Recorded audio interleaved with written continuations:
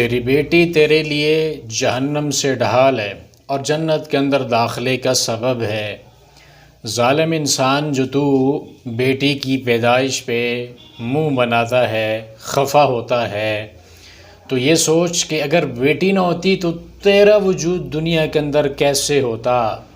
تیری ماں بھی تو آخر بیٹی تھی نا پہلے، تب بعد میں جا کے ماں بنی ہے، پہلے تو وہ بیٹی ہی پیدا ہوئی ہے۔ اگر اس تیری ماں کی پیدائش کے وقت جب وہ بیٹی تھی اس وقت اس کو ختم کر دیا جاتا تو تیرا وجود دنیا کے اندر کیسے ہوتا، تو کیسے پیدا ہوتا، یہ تو نے نہیں سوچا کبھی۔ بیٹی گھر کے اندر گھر کی خوبصورتی ہوتی ہے، بیٹیاں پھول ہوتی ہیں، بیٹیاں محبت کی ایک علامت ہوتی ہیں، محبت کا ایک نشان ہوتی ہیں۔ بیٹیاں اپنے والدین سے بے لوث محبت کرتی ہیں، انہیں اپنے ماں باپ سے کچھ بھی نہیں چاہیے ہوتا، پھر بھی وہ ماں باپ سے محبت کرتی ہیں۔ اور ہم اس دنیا کے لوگ ان کو دیتے کیا ہیں، وراثت کا حق بھی ان کو نہیں دیتے، وہ بھی چھین لیتے ہیں۔ لیکن پھر بھی کبھی کسی بیٹی نے یہ گلہ کیا ہو کہ میرے والد نے مجھے کوئی چیز نہیں دی، وراثت میں مجھے حصہ نہیں ملا، مجھے جائیداد میں سے حصہ نہیں ملا، تو میں اپنے والد سے نفرت کرتی ہوں، اپنے بھائیوں سے نفرت کرتی ہوں، ایسا کبھی کسی عورت نے کہا نہیں ہے۔ اس کی محبت اپنے والدین کے لیے، اس کی محبت اپنے بھائیوں کے لیے، اس کی محبت اپنے خاندان کے لیے بے لوث ہوتی ہے۔ اور یہ جو بیٹی کی پیدائش کے اوپر کوئی بھی انسان منہ بناتا ہے، خفا ہوتا ہے، تو اس کے بارے میں رب العالمین نے سورۃ النحل کی آیت نمبر 58 اور 59 میں ایسے لوگوں کا ذکر کیا ہے کہ جو بیٹی کی پیدائش کے اوپر خفا ہوتے ہیں، وہ تو دور جاہلیت کے جو کفار تھے ان کی روش کو اپنائے ہوئے ہیں۔ مسلمان کا تو یہ شیوا ہو ہی نہیں سکتا، کیونکہ مسلم کا تو یہ عقیدہ ہے کہ بیٹا یا بیٹی دینا یہ تو اللہ کا کام ہے، جو چاہے اللہ وہی دیتا ہے، جس کو چاہے رب بیٹے دے دے، جس کو چاہے بیٹیاں دے دے، جس کو چاہے دونوں ملا کے دے دے، اور جسے رب العالمین چاہے نہ بیٹے دے نہ بیٹیاں دے، بانجھ بنا کے رکھ دے۔ تو بیٹی کی پیدائش کے اوپر خفا ہونے والے قرآن پاک کی اس آیت کو سن لیجئے۔ رب العالمین نے فرمایا وَإِذَا بُشِّرَ أَحَدُهُمْ بِالْأُنثَىٰ ظَلَّ وَجْهُهُ مُسْوَدًّا وَهُوَ كَظِيمٌ۔ جب انہیں پتہ لگتا ہے نا کہ بیٹی گھر میں پیدا ہوئی ہے تو اپنا منہ بناتے ہیں اور ان کا چہرہ اس غصے کی وجہ سے، اندر کی نفرت کی وجہ سے کالا ہو جاتا ہے، غصے سے وہ لوگ بھر جاتے ہیں اور قوم سے چھپتے پھرتے ہیں۔ یتوارا من القوم من سوء ما بشر بہ، یہ کون سی، یہ کیا بات تو نے کہا دی؟ جب ان سب کو کہا جاتا ہے کہ تیرے گھر بیٹی پیدا ہوئی ہے، مبارک ہو، تو وہ کہتا ہے یار کیسی بری بات کر دی ہے، میرا تو دل کرتا ہے زمین پھٹے میں اس کے اندر دس جاؤں۔ بیٹی کی تو یہ کوئی خوشخبری والی بات ہے؟ ایمسکہ علی ہون ام یدسہ فی التراب، کیا اس ذلت کو ساری زندگی اپنے گھر میں رکھ لوں یا اس کو پھر میں مٹی کے اندر دبا کے آ جاؤں؟ رب العالمین نے فرمایا الا ساء ما یحکمون، بڑا برا فیصلہ کرتے ہو یار۔ رب نے اس کو زندگی دی ہے، رب نے اس کے لیے تیرے گھر کا انتخاب کیا ہے، اس کے اندر اس بیچاری بچی کا کیا قصور ہے؟ یہ جو میاں والی کے اندر اس درندے نے چھوٹے سے معصوم بچی کو، پھول جیسی اتنی خوبصورت بچی، اور اس کو گولیاں مار کے اس کو ختم کر دیا، کیسی درندگی ہے اس انسان کے۔ انسان تو کیا، وہ درندہ کہلانے کے بھی وہ لائق نہیں ہے، ایسا گندا آدمی جس نے بچی کو گولیاں مار کے، وہ بھی چھوٹی سی معصوم بچی جو ابھی پیدا ہوئی ہے 5-6 دن کی، بول نہیں سکتی، جو صحیح طرح سے جس کی آنکھ بھی نہیں کھلی دنیا کے اندر، اس کو اس نے اتنی درندگی کے ساتھ قتل کر دیا۔ اور لوگوں، بیٹیاں اللہ رب العالمین کا ایک انعام ہوتی ہیں، بیٹیاں ہیں تو دنیا کی نسل آگے، تمہاری نسلیں چلتی ہیں، تمہاری پہچان بنتی ہے،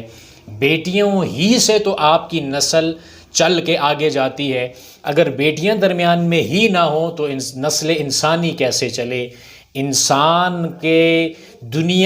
کی جو دنیا ہے، اس دنیا کا حسن ہے بیٹیاں، اس لیے ان سے کبھی بھی نفرت کا اظہار مت کیا کریں، بلکہ ان سے محبت کیا کریں۔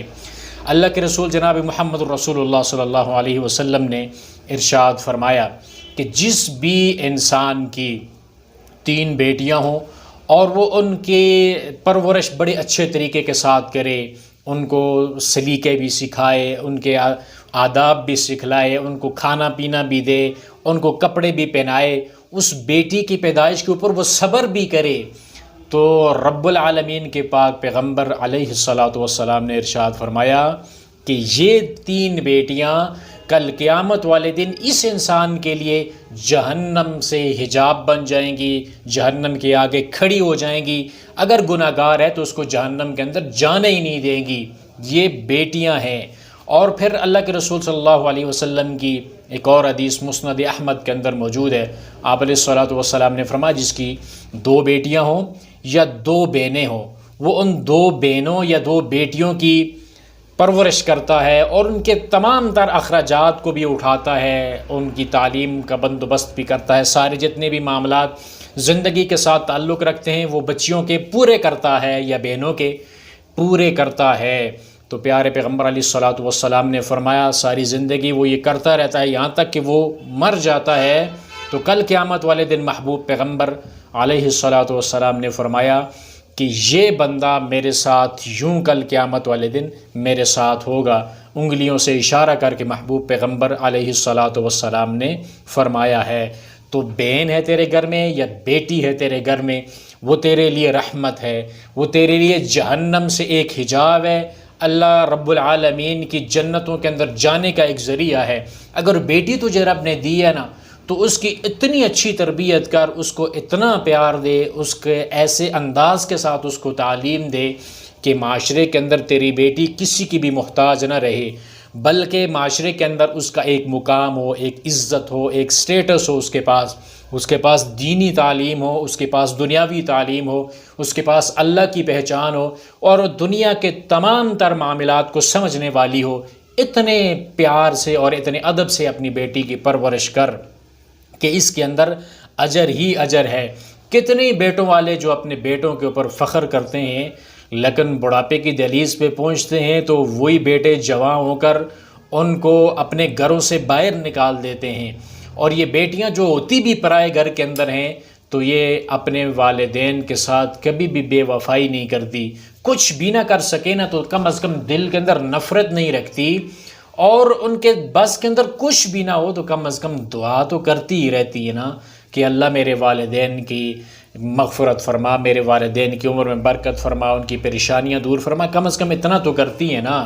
بیٹے بھی اچھے ہیں لیکن اس کا مطلب نہیں ہے کہ بیٹی اگر گھر کے اندر آ گئی ہے تو تو اپنا منہ بنا لے اور اس بیٹی کو کوسنے لگ جائے، یہ اس کا تو قصور نہیں ہے یار۔ ویسے بھی میڈیکل حساب سے، میڈیکل سائنس کے حساب سے بھی اگر دیکھیں تو اگر بیٹی پیدا ہوتی ہے تو قصور تیرا ہے یار، اس عورت کا یا اس بچی کا قصور نہیں ہے۔ جو بھی کروموسوم ڈومیننٹ ہوگا وہی جینڈر پیدا ہوگی۔ اگر جو فیمیل کا جو کروموسوم ہے وہ اگر ڈومیننٹ ہوگا تو بچی پیدا ہوگی، اگر تیرا اپنا ڈومیننٹ ہوگا تو بیٹا پیدا ہوگا۔ تو پھر کس حساب سے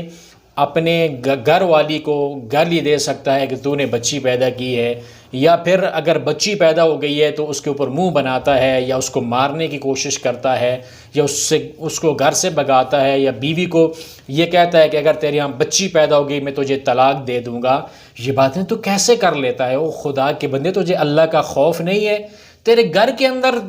تیری ماں بھی تو وہ بھی ایک بیٹی ہے، اگر تیری بہن ہے گھر کے اندر وہ بھی تو ایک بیٹی ہے۔ اپنی ماں کو نکالنا گھر سے باہر، اس کو کیوں نہیں نکالتا گھر سے باہر؟ اپنی ماں کو کیوں نہیں قتل کرتا؟ وہ بھی تو بیٹی تھی۔ اس بیٹی جو تیری پیدا ہوئی ہے اس کے اوپر ہی تو کیوں منہ بناتا ہے؟ اور گھر کی جو بڑی عورتیں ہوتی ہیں وہ بھی بعض اوقات ایسا کرتی ہیں کہ ان بیٹیوں کی پیدائش کے اوپر بہوؤں کو، اپنے بچوں کو تانے دیتی ہیں، تو وہ تانا دیتے ہوئے یہ کیوں نہیں سوچتی کہ وہ بھی تو بیٹیاں ہیں نا، آخر وہ بھی بیٹیاں تھی، بعد میں مائیں بنی ہیں یا دادی تک پہنچی ہیں، لیکن پہلے پیدائش تو بیٹی کی طرح ہوئی ہے نا ان کی، اس وقت کیوں نہیں سوچتی؟ تو خدا را یہ جاہلیت والی جو سوچ ہے اس کو ختم کرے، بیٹیوں کو پیار دیں، ان کی جو ہے تربیت بھی کریں، اور جتنا بیٹوں کے اوپر خرچ کرتے ہیں اس سے بھی زیادہ اپنی بیٹیوں کے اوپر خرچ کرنے کی کوشش کریں، اس لیے کہ بیٹا وہ تو اس کے پاس جان ہے، قوت ہے، معاشرے کے جتنے بھی دکھ مصیبتیں ہیں اس کو وہ جھیل لے گا، لیکن بیٹی آپ نے اگر اس کی اچھی تربیت نہیں کی، اس کی تعلیم نہیں دی تو معاشرے کے اندر کہاں جائے گی؟ بیٹی کی تربیت کے اندر اور بیٹی کی تعلیم اور اس کے جتنے بھی تمام تر لوازمات ہیں اس کو پورا کرنے کے اندر ذرا بھی کوتاہی مت کیجیے،